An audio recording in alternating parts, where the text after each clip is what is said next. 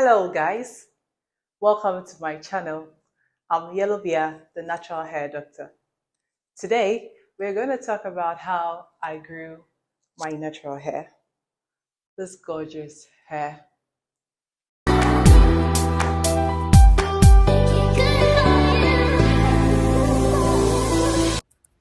Yes, so this is my hair.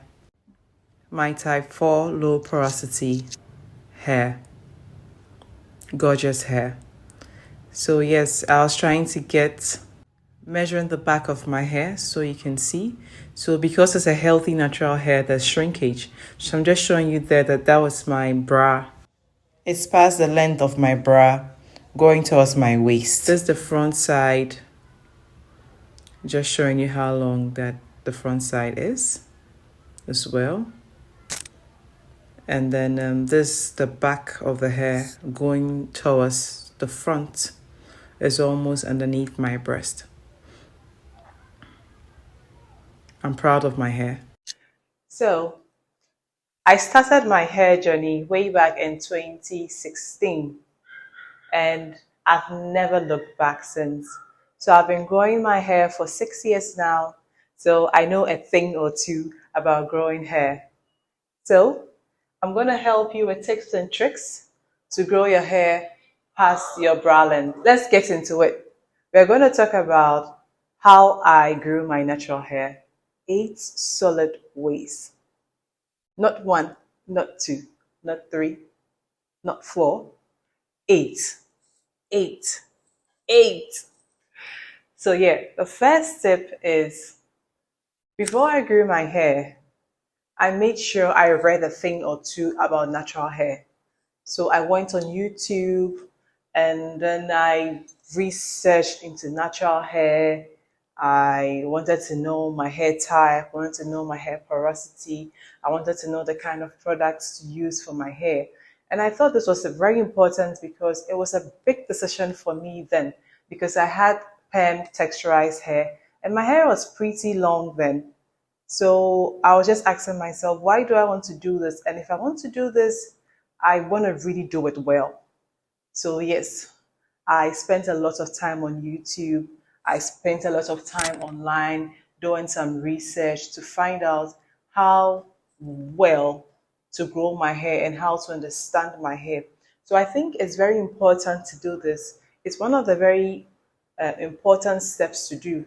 If you want to grow your natural hair, just spend some time and research. Do your own research for your hair.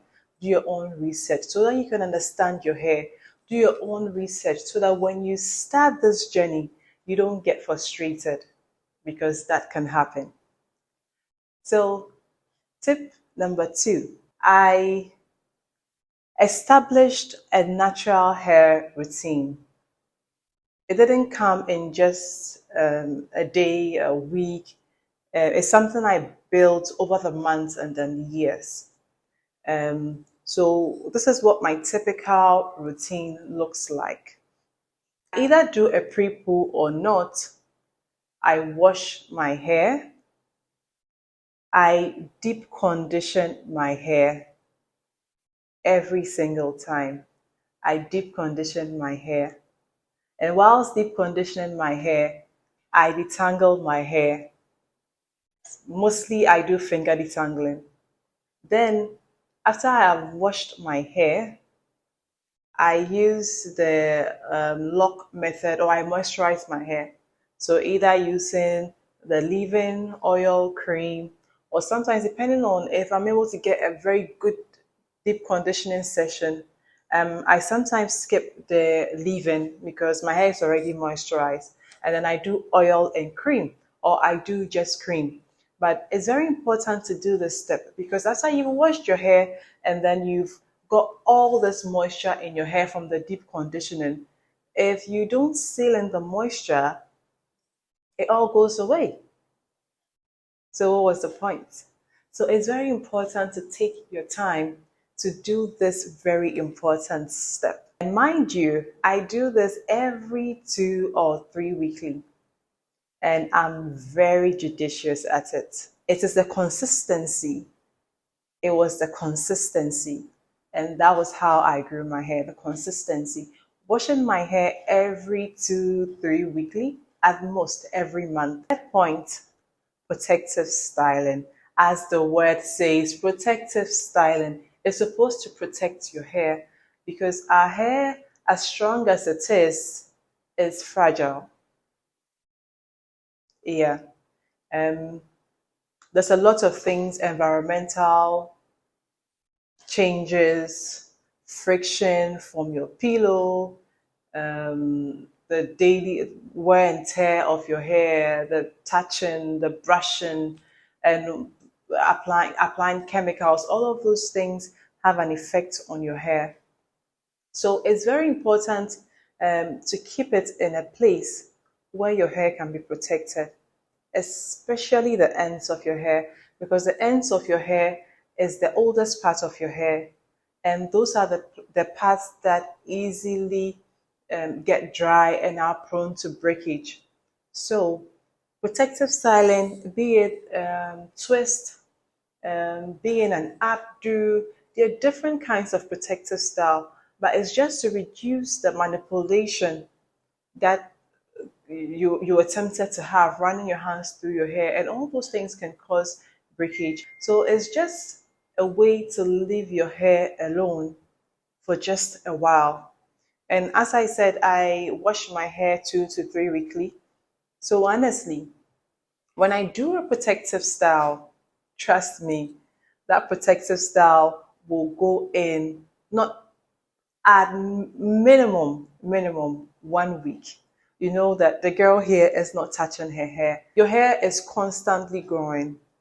Your hair is constantly growing. What you need to manage is the rate at which you are losing hair or the rate at which your hair is breaking. So, and why would your hair break? Most of the time, the hair breaks if the hair is dry. That's one of the most important or the number one factor for hair breakage is if your hair is dry. Moisturizing it and keeping it in a protective style and leaving it alone would help you retain some length. Then that brings me to the fourth point, how I grew my hair. So when you're taking up your protective style, you take your time. If it's a twist out, definitely your hair is going to be tangled. So you take your time, you either condition before you apply something so that you are not just detangling through dry hair. You take your time and then comb your hair to be able to remove all the shed hair, remove all the tangles and then the curls and then the knots, and it will help you retain length. If you don't have time to take out your protective style or you don't have time to detangle, please don't. Because that way you're going to rip through your hair and you're going to break your hair and you're not going to retain length. Keeping my hair in a satin bonnet most of the time at night, and sometimes not only during the night. If I need to lay down, sometimes I put on my satin bonnet or my silk scarf. And pillowcases are known to draw out some of the moisture from your hair. So your hair tends to get dry, your hair tangles, there's friction on the pillow, you lose or your hair breaks, and then so doing, you lose some of your hair and then you don't retain length. And also for your edges, it's good to let the satin scalp or pillow cover your edges so they're able to protect your edges as well. The sit point, the sit point, how I grew my hair. So all about healthy hair routines. I limited the amount of heat I use on my hair. So we have the healthy heats that you can use like through steaming, deep conditioning. That's not what I'm talking about. Like blow dry, like blow drying your hair and some other forms of heat, like straightening your hair and all of that. I rarely do that. I rarely do that. One of the reasons why sometimes I like to do my hair is because when you visit salons, they always want to blow dry your hair before braiding your hair. And I don't care for that most of the time. Constantly blow drying your hair, like every wash day, you're blow drying your hair. Nope, that's not good for your hair. Through that, if you're not able to moisturize your hair well, your hair will break and you will not retain the length. Point number 7 is using the right products for your hair.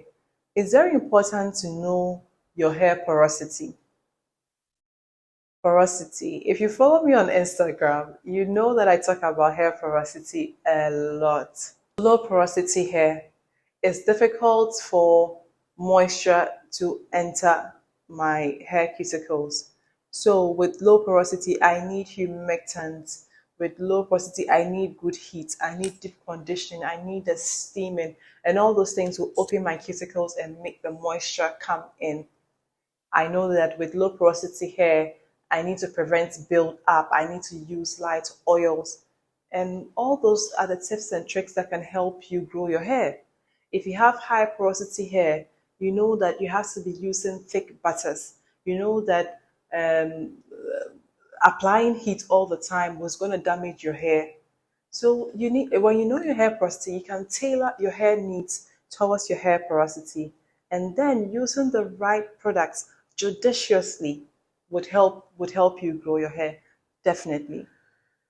Now to my last point, to my 8th point, and it is definitely not the least, and that is having patience for your hair, loving your hair, giving your hair that TLC. Everything that you love grows. Anything that you shower love on would grow. Girl, if you love that hair will grow. If you are giving the hair all that attention, the hair would grow.